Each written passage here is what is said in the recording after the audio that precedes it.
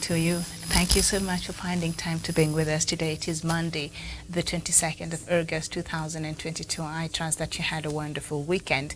The show is Good Morning Africa. My name is Miriam Ogutu, and as usual, we are coming to you all the way from Kenya's capital here in Nairobi. A bright and a sunny day. Indeed, the weather is great. Good afternoon, good evening, depending on where you're tuned in and watching us today. I'll take us through the headlines of the leading newspapers in the country this morning, and then I will bring in my panelists and we will continue with some of the conversations that we have been having in the recent past. The Star newspaper, the main headline: it is a smoking gun. Raila says of court battle. He says legal team will expose the truth about how IEBC bungled polls. The story is on page 2. Would wield the power in president-elect in a circle. That story is on page 6. And 7 judges who will settle Raila and Ruto battle. The story is on page 4 and 5 on the Star newspaper. Kenya on high alert after DRC reports Ebola. Kenya has put health officials at the border on high alert after World Health Organization said it's investigating a suspected case of Ebola in the DRC. National Institute of Biomedical Research is in the process of testing samples, World Health Organization said. The story is on page 3. Police better coordinated in 2022 poll. That is according to IPOA. Police were better organized and prepared in management of election security. A police oversight report says the Independent Policing Oversight Authority has said the police largely carried out their mandate professionally. That is on page 8, and of course the main pictorial there on the front page of the Star newspaper is Azimio presidential candidate Raila Odinga and his running mate and Wiper leader Kalonzo during a service at JTM Donholm Church in Nairobi yesterday. Okay. And then we move on to the Standard newspaper. The main headline: Raila versus Chebukati. Azimio team believes it has watertight case to prove election was not free, fair, and that the Supreme Court judges should overturn Chebukati's declaration. Meanwhile, Kenya Kwanza has instructed its lawyers to defend their win vehemently. Both sides will spend hundreds of millions to prove their point in the next 2 weeks. That story is on page 4, 5, 6, and 7 on the Standard newspaper. Uhuru walks a tightrope on transition, with the president having taken an active role in the campaigns and elections. Kenyans are watching to see how he will hand over power should the courts endorse his deputy's win. That is a sure something Kenyans are waiting to see, just in case if that's how things turn out. The story is on page 12 and 13. Calamity at Chelsea after Leeds thrashing. That is on the front sports page on page 40. And yeah, that's what we have on the front page. And then we move on to the Daily Nation, the main headline: it is in their hands and now, the big legal face-off. All eyes shift to the theatre of the Supreme Court today as Raila Odinga files his petition against William Ruto, whom he accuses of usurping the will of the majority by stealing his month's elections. This month's elections, both camps have assembled heavy-hitting legal teams to defend their cases, but after all the drama and courtroom spectacle of the coming days, it will all boil down to Chief Justice Martha Koome and her team of 6 judges. That story is on page 4 and 5. The fading legacy of Jomo. As Kenya marks 44 years since the death of founding President Jomo Kenyatta today, it will be the second time in a row when there will be no public events, as had been the tradition amid fears that his legacy could be heading to oblivion. 2 years ago, his family made the surprise announcement that commemoration of the death would henceforth be a private affair. But what needs to be done to secure his legacy? That story is on page 7. Family of drowned Kenyan nurse starts GoFund campaign. The story is on page 7. Page 3. And Kalonzo reinvents himself as giants fall. Wiper leader Kalonzo passed over in the race for Raila Odinga's running mate, has reinvented himself, increasing the number of elected leaders under his belt and cementing his place as Ukambani political supremo. The former vice president has stamped his authority in the politics of the region after bagging all the governor seats in the 3 Ukambani counties of Machakos, Kitui, and Makueni. Ms. Wavinya Ndeti of Machakos, Dr. Julius Malombe of Kitui, And Mutula Kilonzo Jr. re-established Mr. Kalonzo's dominance. And I think we might look at just a bit of that story on page 10 on the Daily Nation. So that is what we have on the leading newspapers in the country this morning. I'm not sure if I have papers from across the continent. Let me check if I do. Not really, but that is what we have. And thank you so much. So I'm joined this morning by Kiptanui Savania, all the way from Nakuru County, Kiptanui, and also Nakuru is a city now. Kiptanui, a very good morning to you. A very good morning to you, Miriam. Good morning to Dr. David. Good morning to my brother, Jepan, Douglas Gladwell. Good afternoon, good evening to our viewers, depending on where you're watching us from. I'm actually coming live to you from Nakuru City. Thank you. Okay, Nakuru City. Yes, we need to say that often for us to get used to that new state as it was given the charter. Was it earlier this year, I believe? Yeah. So thank you so much. We're also joined by Douglas Bundi Kirimi, all the way from Meru County. Douglas, a very good morning to you. A very good morning to you, Miriam, and also to Kiptanui Savenia and our friends across the world. Thank you for having me on the show. All right, and we know today, nice to have you, Douglas, even as we wait for the rest to join us. Before we get into our main topic of today, and that is the Supreme Court battle that is set to start as Azimio la Umoja and any other person who has any petition to file today in regards to the presidential win. Today is the deadline, I believe, and so we're waiting to see that. So before we get into that topic, let us look at this story on the top page on the Daily Nation about the fading legacy of a former president, the first president, Jomo Kenyatta. So let me just read that one more time, and then I'd like to get your thoughts on this piece. As Kenya marks 44 years since the death of founding President Jomo Kenyatta, today it will be the second time in a row when there will be no public events, as had been the tradition, amid fears that his legacy could be heading to oblivion. 2 years ago, his family made the surprise announcement that commemoration of his death would henceforth be a private affair. But what needs to be done to secure his legacy? By us not commemorating the death of Mzee Jomo Kenyatta, as we used to. It was, I think, a public event that was led by any head of state. But I think President Kenyatta put a stop to that and said from 2 years ago, henceforth, that will be a private, a family affair. Will that in any way affect how we continue to remember our first president, Douglas? Thank you, Miriam. I think the president had their own reasons as a family, but also remember that the first president of the Republic of Kenya was not a family property, or he was not part of their family any longer. He was, and he remains part of the larger Kenyan family. Remember, Jomo Kenyatta, the first president of the Republic of Kenya, was a key figure in making sure that we rebuild our country, reconstruct our country from post-colonial and also pre-colonial and colonial times, and also post-colonial times, so that we can have a united African country where Africans would also go to work, build their nation, work into the police force, the army, the civil service, the private sector, and making sure that all these centers work together into a formidable government that he led for over 15 years, and he had a lot of impact on the same government as the first African president of the Republic of Kenya. Remember, before the colonialists came to the Republic of Kenya, we were divided into small kingdoms or small clans, where in Meru, for example, we had the Jorincheke reigning supreme, and also communities would converge around their own leadership.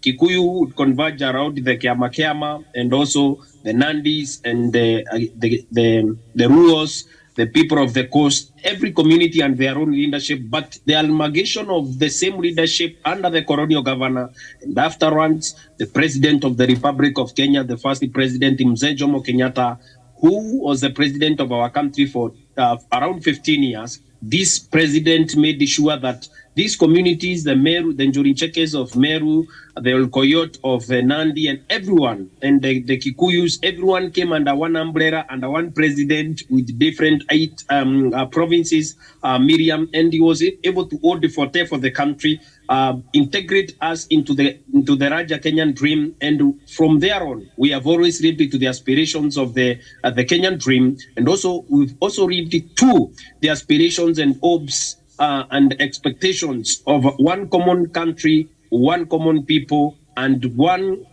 country that is led by different leaders from different regions, subscribing to one president under one constitution. So, Miriam, erasing that kind of history and also the kind of memories that we would have, the memorial services to remember the first president of the Republic of Kenya. I think the family did not anticipate the impact, the leadership of the first president of the Republic of Kenya and to the country. Remember, after 2 years later, there is a generation each and every year that do not know the contribution of President Jomo Kenyatta.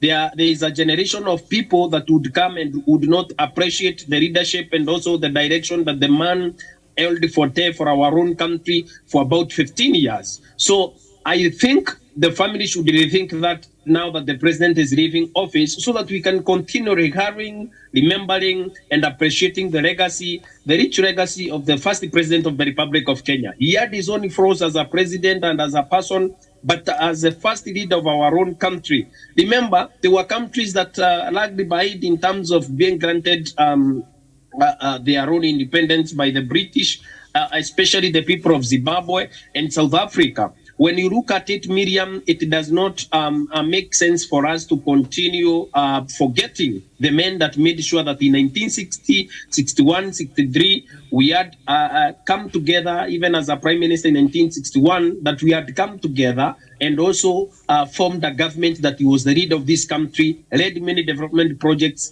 led the construction of many airports in the country, universities were upgraded that were colleges, and this man gave our country the first touch of a dream of what it is to have a country, a united country with different issues, but we come together under one constitution, under one flag, and we as a country have ever since moved on from the days of Jomo Kenyatta 1. Now we are in the days of Jomo Kenyatta 2, and now as a family, they would have considered that there is a generation of leaders, there is a generation of young children that would want to emulate their first president, the men that gave them their country, the men that also led to the building of the Kenyan society as we know it, but also for their own family to also take over the ceremonies of remembering the president. I heard many people argue that the president was trying to save the public, the expenses and all that.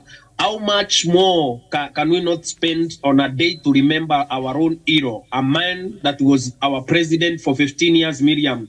And I also commend the president for building the National Heroes Museum. I believe you should have turned it into a National Heroes Museum that people would go there, celebrate the president, to give us more speech or whoever is in charge on that day. And people just walk around the National Heroes Museum that he has been able to construct at the Uhuru Gardens in Ndangata constituency, so that the people of Kenya can know where we are going, where we are coming from, where we are, and where we are ended as a country. I believe so many countries have not been able to shove, or many prominent families where presidents came from have not been able to shove the history of their own country like the way Kenyatta's did to us. It was an injustice to the people of Kenya. It's something that they should really do. Okay. And actually, he used his power, Miriam, as a president to be able to abolish that. But we, the people of Kenya, the heritage of the first president of the Republic of Kenya, should not be shoved down the way the president and his family did. Because, Miriam, when we as a country do not remember our first president, what he stood for, the ideals, the policies that he stood for, and everything that he was as a leader, we could not be able to now gauge even the future leaders that would come, even after President Kenyatta, Miriam. All right, thank you so much, Douglas. Of course, today the country marks 44 years after the death of our first president, Mzee Jomo Kenyatta, and we know about 2 years ago, President Uhuru Kenyatta, made a decision that the family of Mzee Jomo Kenyatta agreed that the 2 years ago celebration was going to be the last one, and for it to be commemorated publicly. And some people have a feeling that making this commemoration private removes Jomo Kenyatta's memory further from the public glare and threatens to further erase him from Kenyans' living memory. Is this a possibility? Kiptanui? True, Miriam. If you could have not remind us this morning that it is for 4 years, I was not even aware. Yeah. Go ahead. We seems to have suffered a bit of a technical hitch there. Captain, yes, it is 44 years. Can you hear me? Very well. We seem to have suffered a bit of technical hitch there.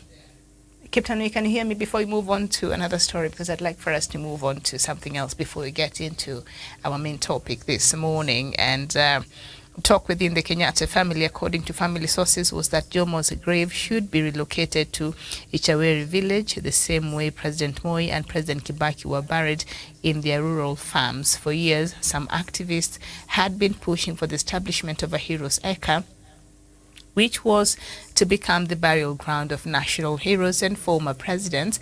The Kenya Heroes Act of 2014 did not address the issue and instead left it to the Heroes Council to establish that. Captain, if you can hear me, good morning. Yeah, Miriam. Yes, he seems to have left. He had a bit of a technical hitch there. Yeah, would you like to add something before we move on to something? Yes, Miriam.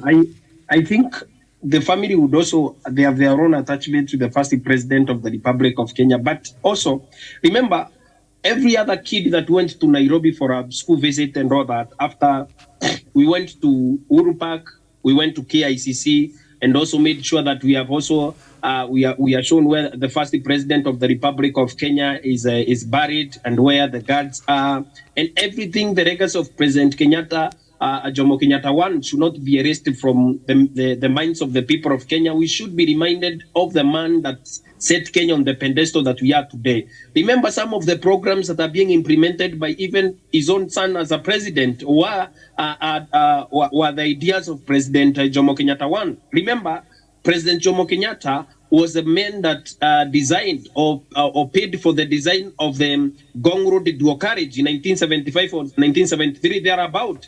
It took many years later for his own son to come and accomplish that dream of the Gong Road dual carriage and from the Valley Road to Gong. And I believe, Miriam, that we as a country are going to lose huge heritage when this family takes this body to Ishaweri. And I believe they have every right to do so or suggest it so. But as a country, we want to continue having our own heritage so that even we can continue earning foreign exchange from people that would also want to visit the Muslim or even around the Muslim to be shown where the first man that was the president of the Republic of Kenya is buried. Yes, indeed. And I think the first, some of the issues that Mzee Jomo Kenyatta, being the first president of the Republic of Kenya, was set out to address when Kenya received its independence was ignorance. That is to make sure we have all our people educated and to fight disease. I think that is what we see President Uhuru Kenyatta now having achieved part of that through the universal health coverage and hunger. We see that in President Uhuru Kenyatta's Big Four agenda. Actually, all of these things that his father, and I think this was the dream of the first organization of African unity, and of course the first country that got its independence in Africa, that is Ghana, then President Kwame Nkrumah. I think these are the things, the foundations they laid, and I think President Jomo Kenyatta also picked on that. Let's fight ignorance, let's fight disease, let's fight hunger. And when you look at that, and you even look at how the Big Four agenda has been spelled out, it is largely addressing these issues. And so many years later, we are still addressing these issues, or trying to, because we are not fully there yet. But I think we're making progress. It has been a long road. Captain, we're sorry we had a bit of a technical hitch there. You can have your finish your thoughts, and then we move on to another matter. Thank you, Miriam. I'm sorry for that. what I wanted to say actually is that, Miriam, it will be difficult for us in future to tell our children and our grandchildren that once upon a time, this country came from colonial era, taken over by Jomo Kenyatta. And I want to join my brother Douglas in saying that, Miriam, there are so many things that it is being implemented now that Jomo Kenyatta started. You've talked of universal health care, you've talked of eradicating poverty and other things, Miriam. Miriam, it does not cost us anything to have these celebrations and to remember the people who brought us from that to where we are at the moment. Other countries are doing these things. When you go to other countries, they are still celebrating their heroes. So, Miriam, it is not actually good that we are erasing these people. We don't want to know them. Even if we are changing towards globalization, Miriam, we are changing towards digitalization of things. We need to have these celebrations, Miriam. You know, in long time when you were growing, Miriam, Kenyatta Day was a very big day. You also had Moi Day. So I don't know why is it that the families of these heroes have decided actually not to ask to continue with these celebrations. We need actually to encourage them so that maybe I was thinking maybe Uhuru Kenyatta saw that it is actually is now the president, and is actually implementing what the father did, and it was good when we are celebrating the son, also when we are celebrating the father, that your father did this and this, and you are now implementing whatever he put across. Miriam, if today Jomo Kenyatta will wake up and see how far we've come as a country, he will appreciate. But you can wake up and ask us, what you still remember this and this and this, but most of the people will no longer be remembering. If it was not you who have said that it is 44 years now, who will be reminding people when we are not there? Let us actually see how we can be celebrating our heroes in whatever capacity that they have done this country. Great. Thank you. Okay, thank you so much. But I don't think his legacy can fully fade away, because I still believe that when you look at our history and in our history books, his part is very integral as far as the history of this country is concerned. So I believe that the kids will learn about him. And anyway, so today is 44 years after the passing away of Kenya's first president. Okay, so let's look at another story very quickly before we go on to the matters of Supreme Court. President-elect Ruto and his deputy, Rigathi Gachagua, yesterday assured President Uhuru Kenyatta of a peaceful retirement as they thanked voters in Mount Kenya for their overwhelming support in the August 9th polls. Speaking at a thanks service organized by Githunguri Member of Parliament-elect Gathoni Wamuchomba in Kiambu County, Dr. Ruto pledged to unite Kenyans after the hotly contested elections. And of course, the story continues. A couple of things were said yesterday. But perhaps my question on this story is, they were at a Thanksgiving service. I think the DP organized, it was organized on his behalf, a Thanksgiving service for him having been elected as president-elect. And we know his win is going to be challenged today, as the petition will be filed by Azimio, and I don't know any other parties that would like to be part of that case. So is it too early to throw a party or a Thanksgiving party right now, Douglas? Medium. I believe that there's something I'm seeing that is not making sense in the way from the announcement at IBC, the hurry to hand over the certificate to William Ruto, the way William Ruto was behaving, the way he was talking, and also the way Chebukati was speaking afterwards. The following day, they had gazetted him as a president-elect, very hurriedly. I don't know what they were trying to run to. And also the rush to also order Thanksgiving, even when your win is in contention. The best William Ruto would have done is to go to a monastery or go to a church and ask people to pray for this country as people are heading to Supreme Court, because there can never be peace without justice. Again, people cannot forget just like that, the way this country has also been marauded into one issue of, I had God, that's why I have been able to also circumvent the IBC and everyone else, become the president-elect and all that. I think the issue of shoving God's name or God in our throats is not something that should have happened from William Ruto's side. He should have handled his win with magnanimity and also consider over 6 million or 7 million that voted for the Right Honorable Raila Odinga. These people also, their votes also should count, and also their voices should count. He should also feel the feelings of people that did not vote, the larger percentage of people that did not come out to vote for him to become president. And also for people who voted for Raila, also they are Kenyans.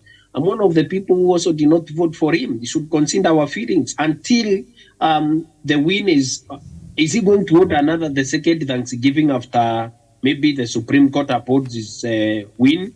Now, what is he going to do when the Supreme Court takes away the win from his hand? Miriam, some things require basic wisdom. And I believe there are so many people around William Ruto that would have given him the clear genesis on what should happen and also the way he should be able to handle the rest of the people of Kenya. There are people who do not vote for William Ruto, who will be ruled by William Ruto if he becomes president of the Republic of Kenya. There are people, if the Right Honorable Raila Odinga, the election is repeated and he wins, or a rerun is scored, or he has added a certificate by the Supreme Court, there are people that did not vote for him, but he is going to be their president. Is he going to hold a Thanksgiving in isolation of the people that were challenging his win, or people that did not vote for him? I think also, as a country, we should have a clear way of doing things, Miriam. This rush that individuals have about and also trampling on the feelings of many people. Remember, the aspirations of 6 million people are going to be subjected, 7 million people are going to be subjected to the ballot today. And in other words, over 14 million hopes and aspirations and expectations and dreams are going to be subject today in court. And they are already in court today. The challenge against William Ruto, who had 7.1 million votes, and also the Right Honorable Raila Odinga, who earned close to 7 million, all those 14 million voters' aspirations and dreams are going to be in court today. But yesterday, William Ruto was making merry and also Thanksgiving in church. I have no problem with God. I'm a believer. I'm a Christian. I'm a church-going Christian. And I believe in the tenets of Christianity that we should also give thanks to God in every situation. But that in the end, what William Ruto is showing is political arrogance. He should have considered the feelings of other Kenyans and given the Supreme Court an opportunity to go out there. The same way Raila went to church. He didn't speak much, just went to church, and that is it. And today, after filing of that case, and after 2 weeks, after it is hard and it is determined, then whoever is celebrating can continue their celebration. Then we can now be able to move on in building our own country in the next 5 years, Miriam, without the Ura bro that we are being treated from Kenya Kwanza. I believe from a neutrality point of view that for William Ruto's yesterday's Thanksgiving and the many things that are surrounding his win, there are so many controversies that are surrounding his win that he should have waited for these waters to cool down so that he can be able to now announce his next move, celebrate, and then get to work and work for the people of Kenya. That is if the Supreme Court of the Republic of Kenya grants his wish that his win is upheld. Thank you. Very well. Thank you so much. And Dr. Ruto said his administration would complete stalled projects in the country that have pending bills of over 500 billion Kenya shillings to enhance service delivery. Mr. Gachagua thanked Kenyans for giving them a chance, even as he celebrated key Kenya Kwanza Alliance leaders who worked day and night for their campaigns. And he also added that we are ready to work with everyone in Mount Kenya, including the Mount Kenya Foundation that opposed us. We bear no grudges, said Mr. Gachagua. But perhaps my question, the same question that I posed to Douglas Kiptanui, is it a bit too early? Is it premature to be throwing around Thanksgiving parties or celebrations, as we know this win is going to be challenged? Would it have been wise for the president-elect to wait for this process to conclude and then, he can have a clean slate?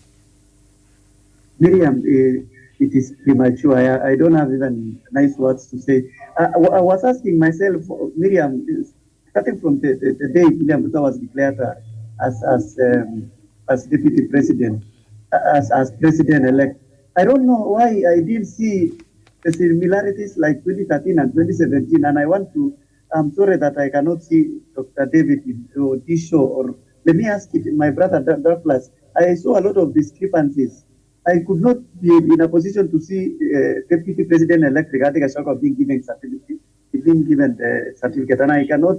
I don't know the reason, but I consider these premature celebrations, Miriam. You see,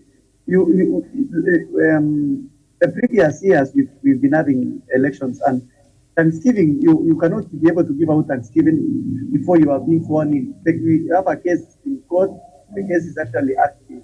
But I think the reason for this Thanksgiving is between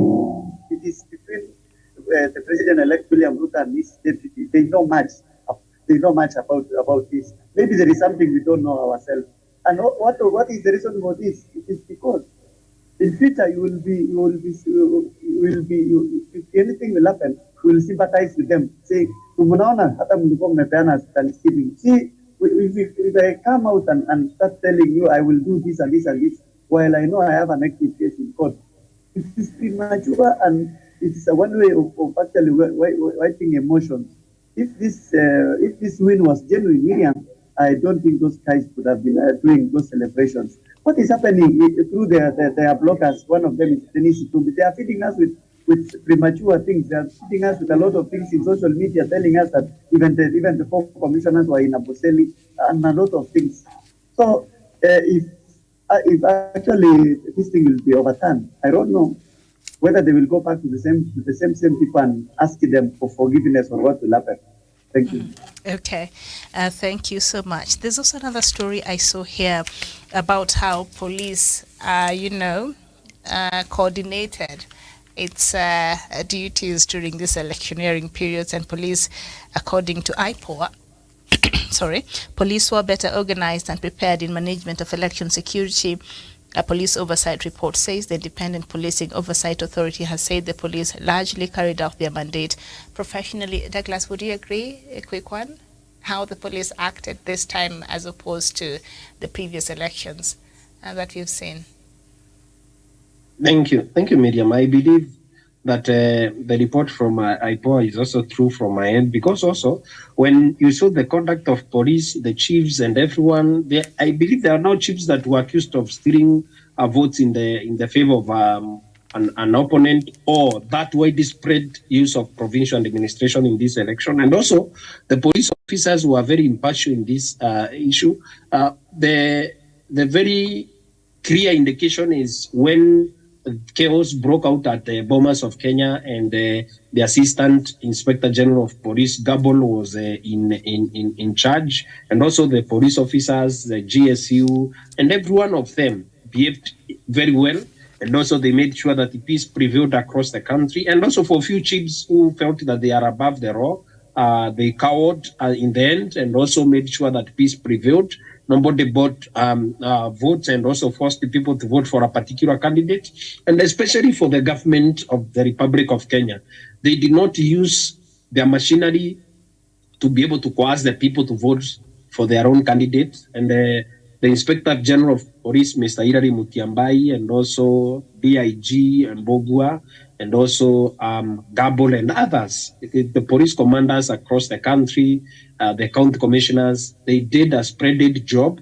And also, Miriam, they delivered security services to the people of Kenya equally. Their neutrality in this election is something that we can be able to commend them for. And also, in the end, Miriam, when the push comes to the shove, this is something that we would also want to replicate into the coming days and also into the future. Because, Miriam, when people would expect that police officers are going to be compromised, in the end, they were not. They did their job and went home. Everyone voted and went home. They gathered votes and all that. But also, there are people who do not want to appreciate such efforts based on where we are coming from as a country, Miriam. I give a thumbs up to our police force. And remember, even Ghana, which is said to be one of the fastest growing democracies in Africa, they used police officers and the army to subvert the will of the people in their last general election. But we did not see outspread use of police force, Rekes Squad, and every other military apparatus to be able to subvert the will of the people. The will of the people has prevailed in this election. despite also claims of rigging election and also stealing of this election, the people that have also rigged this election or that have been rigged out of this election have gone to court to be able to challenge that. But it has nothing to do with the police officers generally, Miriam. They did their job, and my heart really goes to them. Congratulations to all of them. They did not sleep for those days that we held our presidential and also other provincial elections in the country and also our district elections. But from my heart to also the people of Kenya for also helping the police do their work. It was something that it was out of this world based on the past and also the present, especially where we were coming, Miriam, as a country in the months or years preceding to this 2022 general election. Thank you. All right. But is it also safe to say the reason, because police never start this chaos, they usually they respond to some incidents or protests and some ugly scenes that we've seen. So police are usually forced to respond. Police never starts, the chaos. But they have been criticized a lot on the manner in which they handle, they choose to disperse the protest or the manner in which they respond to some of these things. But they are never the starters of the chaos that we've seen. But according to IPOA, Kiptanui, during this electioneering period, as far as enforcement and of law and order, police did a fantastic job. Not perfect, but it's quite different from what we've experienced before. Would you say the same? Do you share the same sentiments? Yeah. It is, Miriam. They did a fantastic job. You see, most of the time when we have elections, Miriam, wananchi tend to go and riot and do some things that are not even good. And you see, as you said, police, they normally respond to that. They don't cause chaos. If you start chaos yourself, then you meet the police when they are trying to actually make it to look like it is a one way of actually telling wananchi not to demonstrate. At times, Miriam, you are caught in wrong hands. You are bungled on those Land Rovers and everything. And I want to congratulate police. I don't know why I are only congratulating police officers for actually conducting themselves in a manner that we didn't even experience any violence. Even wananchi, even voters of this country, they conducted themselves, Miriam, even as they were anxiously waiting for the release of the results. They also conducted themselves in a good manner this round, Miriam, and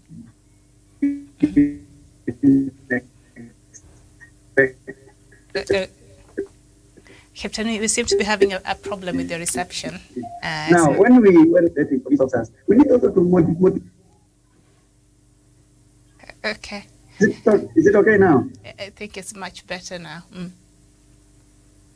Okay, what I was trying to say, Miriam, is that when we are actually congratulating police officers for not even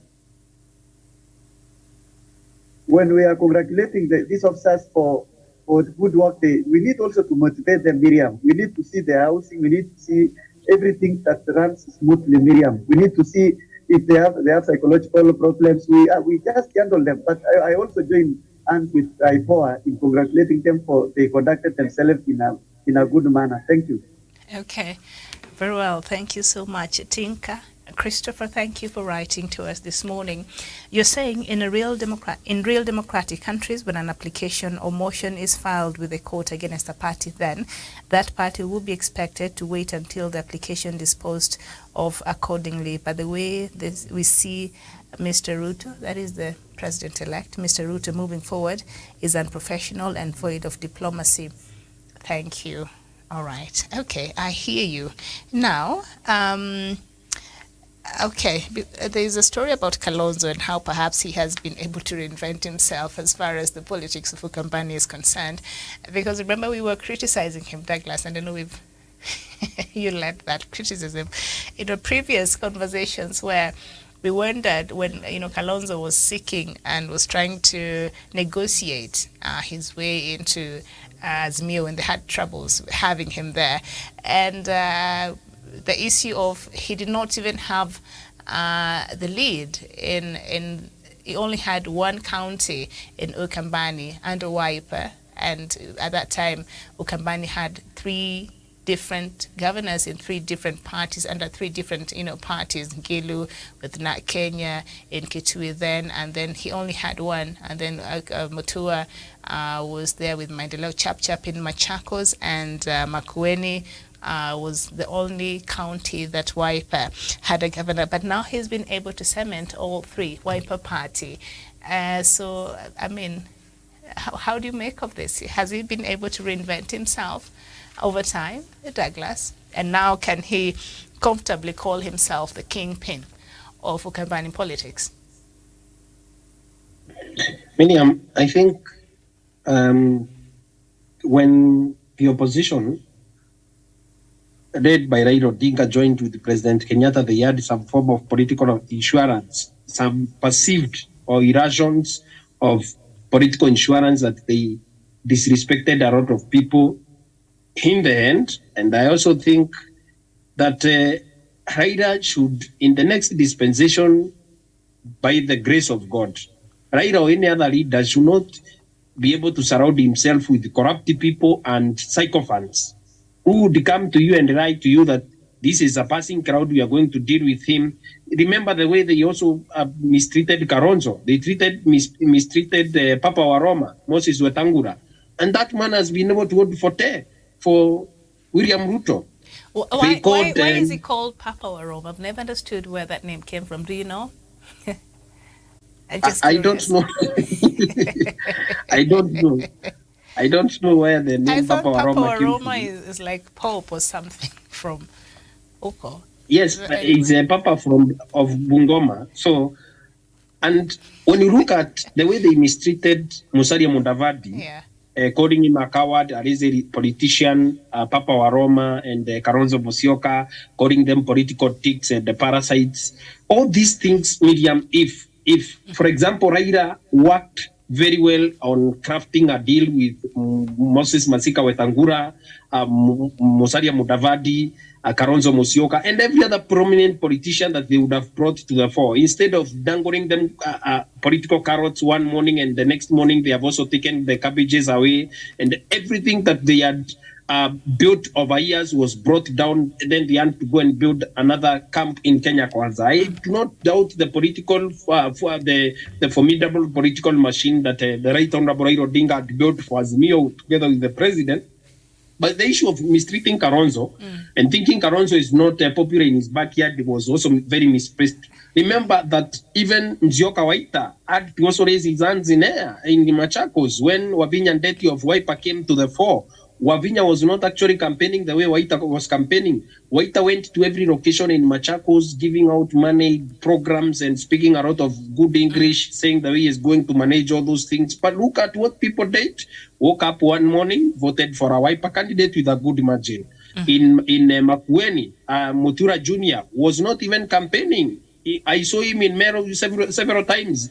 Then he told us that he is poised to win. He is in Wiper. So he has to guard Kalonzo by all means. Dani Maanzo and everyone. So when you look at it, Miriam, Kalonzo had and has and will continue having a sway in Ukambani, and especially a huge following where people would just wake up and vote for you because you're in Wiper. When compared to the performance of Nzioka Waita and Wavinya Ndeti, Nzioka Waita is far much better in terms of how he can perform and in terms of his delivery and everything, in terms of even in his own education.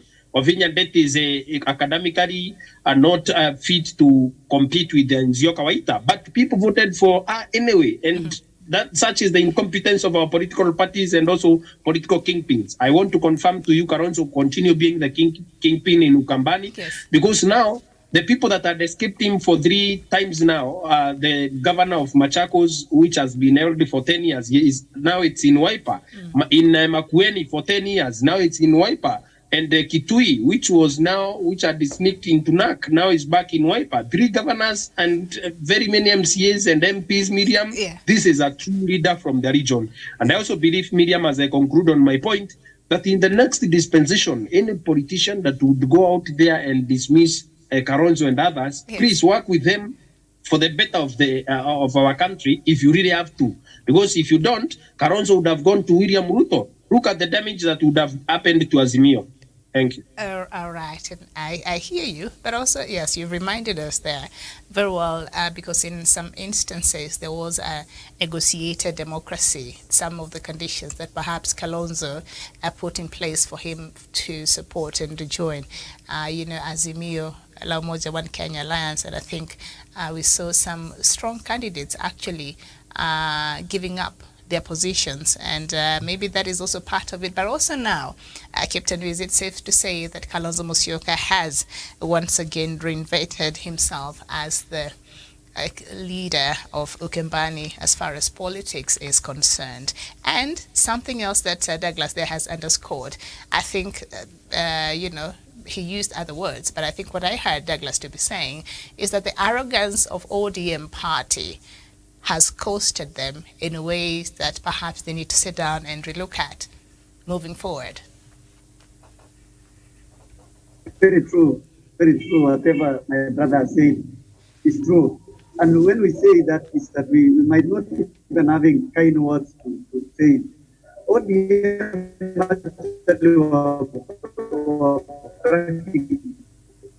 when it was led by Sifuna, you see, I don't know where it comes from.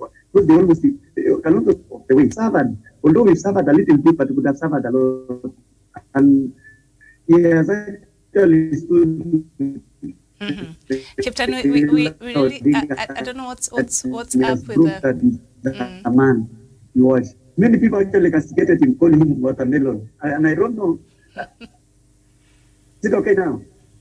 Yeah, we are. Miriam, can you hear me? Now we can hear you. Okay, fine. What I am trying to say is that Miriam, we almost lost Kalonzo, and he's a very important person. He has actually proved that he's the kingpin in Ukambani based on what he has delivered.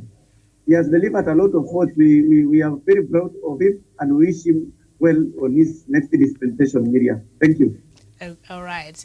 Okay, thank you so much. So now let's just get into our topic of the day, and that is the big case that is set to be filed today at the Supreme Court, and we will look at the story on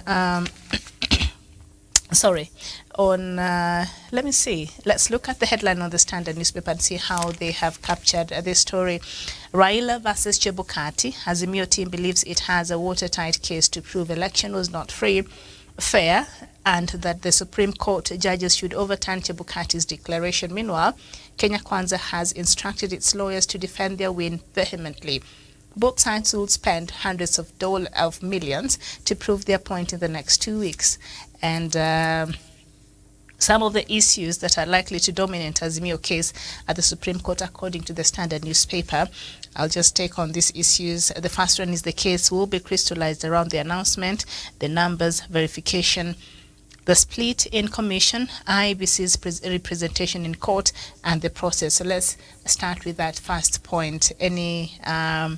Let me just take that one more time, Douglas. So perhaps Azimio, these are some of the issues they might bring up around the announcement of the results. And I think we've talked about this, the numbers that we've really been trying to crack. Easy as Sabu, these figures by Chebukati.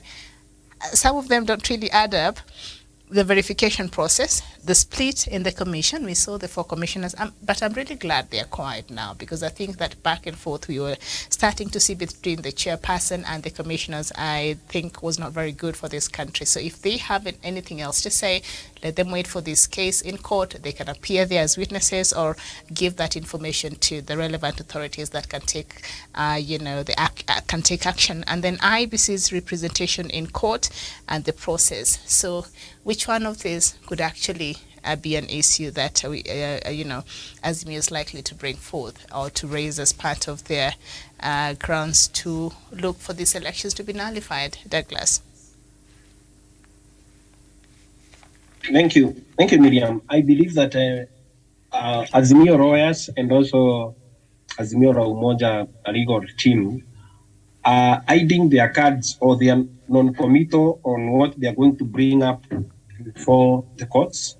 Remember that in 2017, the irregularities were very glaring. The issues, the discrepancies with the forms and everything were very glaring. And also because when these forms were being uploaded in 2017, they were also they had to be keyed in, then they were uploaded to the portal in 2017. But today the form was being sent as it is. But also, I think they have also seen something in over 46,000 forms. That's something that you cannot just say.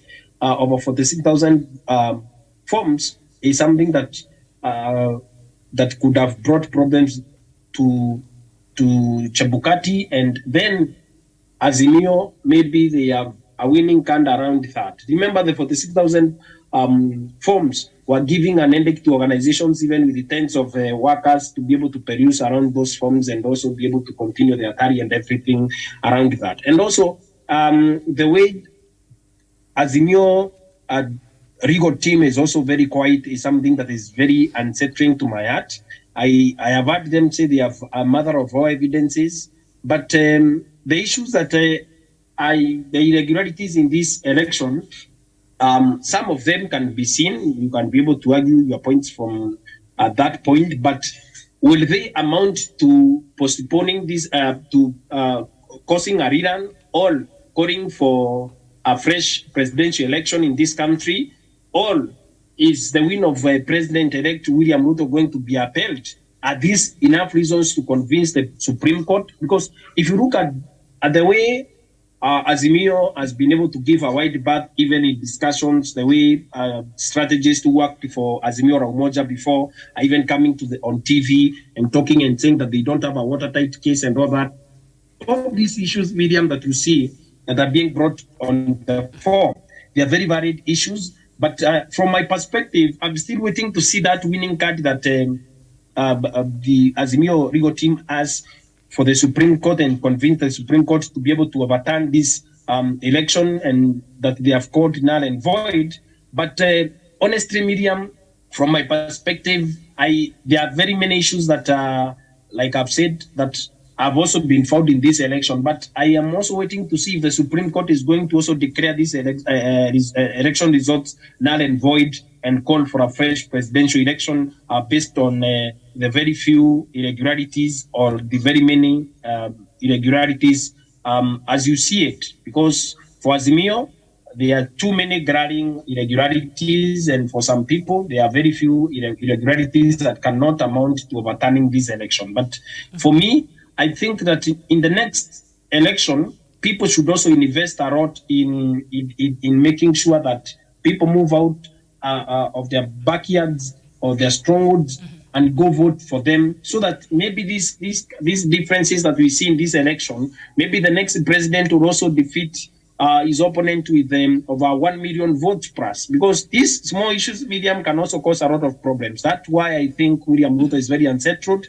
and is buying support right, left, center, just in case the Supreme Court overturns his victory. That's why he's not confident enough, because the margin is very small. And I think still for Chebukati, this election was too close for it to be called in the name of William Ruto. Okay, but while you were starting there, Douglas, you also said you're unsettled in the manner in which the Azimio legal team is handling this matter. Would you rather have them talk about it through and through in the media, or would you rather just them to compile a watertight case and we see the proceedings from the court? Miriam, when you have a watertight case, everyone would see that you have a watertight case, and maybe even small comments from your end and also your own strategies would also help the whole. Collected evidence, Douglas. Okay, thank you, Miriam. I've given up. I've given. You've given on up. Comments on that. All right. I'm playing for Azimio. All right. Prayers. Best wishes and prayers, I suppose. Thank you, Kiptanui. And just before you come in, some of the issues, perhaps, according to the standard, we're not saying this is what actually Azimio is set to present as to the Supreme Court as the grounds as to why they would want the win of President-elect William Ruto to be nullified. But this is just according to the standard, so I'll just take us through. And then Azimio says the process was not transparent and that the commission did not display the results on the screen at Bomas of Kenya as they trickled in, and we saw that at some point the results stopped trickling in at the display at the Bomas of Kenya. And then the third one is Azimio are also banking on disparity in numbers. If the number of votes declared will exceed those cast, which is likely, from the sabu that we did yesterday, IEBC will have to explain how they arrived at the winner. I think that, if you ask me, that is where they might have a case there, because, questions on the numbers in some Form 34A and 34B will also be at the heart of the case. It is alleged that in some cases the votes for presidential candidates exceeded or are less for other positions. All right, and the fifth point is that the coalition will also go for the Kenya Kwanza integrated election, not the Kenya Kwanza, but for the Kenya integrated election management system, that is KIEMS kits. They will push for audit of the kits to compare the tally of votes cast. So which one of these issues, Kiptanui, is Azimio likely to perhaps get remedy for whatever it is they will be seeking to seek for from the Supreme Court? Thank you, Miriam. I want also to comment on the silence that as I don't know where media also and I don't know where they are getting this all like. But I will go to only one point there, Miriam. Mm-hmm. If there is a discrepancy in numbers that our brother Chebukati announced, is no, it will lead to nullification of this election, because Chebukati cannot be in a position actually to explain about these discrepancies. Another thing, Miriam, is that I don't know, and I don't want to believe that these four commissioners who declined to support Chebukati, there must be something they know. And if they are going to be witnesses, Miriam, they will disbelieve. If they will table evidences that this one happened, if it is true that the results of the 38 constituencies were not tallied, Miriam, I can see this case where the direction is going. And I don't know why we are so worried. But we were waiting, Kiptanui, even, I think, because, for these issues that the standard is raising, these are not what Azimio la Umoja perhaps will use, but I think these are things that generally we've also made observation about, and I think I've forgotten the point I wanted to make, but these are the general observations, Akiptani, that we've also been making here. So it's just yeah. Thank you. I thank you. We also have the same observations, Miriam. And if the media has the observation, even the same judges of the Supreme Court led by CJ Koome are also watching these elections. And we have confidence, Miriam, as a senior, that at the end of the day, we are going to get justice. At the end of the day, Miriam, these elections will be either nullified or recount. So what I wanted to say is that as we are actually waiting for these 21 days or how many days so that we get the outcome, let us not preempt. Whatever it is now in court, Miriam, I'm told we cannot be in a position to discuss. But I want to wish them all the best. Thank you. Okay. Well, they've not yet filed. They're filing. I think I've just seen an update. Azimio One Kenya supporters dance outside the Milimani Law Courts as lawyers deliver the presidential election petition. They're dancing. Azimio One Kenya supporters are very passionate. Miriam, they're very passionate. Miriam, I said from the start of this journey long time that I'm not a lawyer. But you see, everybody knows the direction where this case actually is going. So when these people are dancing, yesterday the other group actually were also giving Thanksgiving. For Thanksgiving for what? So let these people dance. At the end of the day, Miriam, I know justice will be delivered, and it might not. If it will favor the Azimio, will say it's okay. If it will favor the other group, will not have any choice but to wish them all the best. Thank you. All right. And there's a meeting happening at the Bomas of Kenya, I'm told, and all commissioners present at the Bomas of Kenya as IEBC meets candidates of the suspended elections. So, okay, that's a very interesting meeting. I'd like to know the outcome of that. All commissioners are present at the Bomas of Kenya as IEBC meets candidates of the suspended elections. Which candidates? Anyway, I'll seek further to know what's really going on. So that is also something that is ongoing. So I want to thank you so much for your time this morning. Thank you, Kiptanui. Savannah, thank you. Douglas Kirimi. We'll be back here, I think, at noon to look at President Uhuru Kenyatta and his legacy. And he's continuing to perform some responsibilities. He's appointing, he's putting in place. President Uhuru Kenyatta is working as if it's business as usual, and that is not sitting very well, especially with supporters of Kenya Kwanza. So we'll come back and we'll have that conversation and more. Thank you so much for watching. This has been Good Morning Africa. My name is Miriam Gotu. Good morning.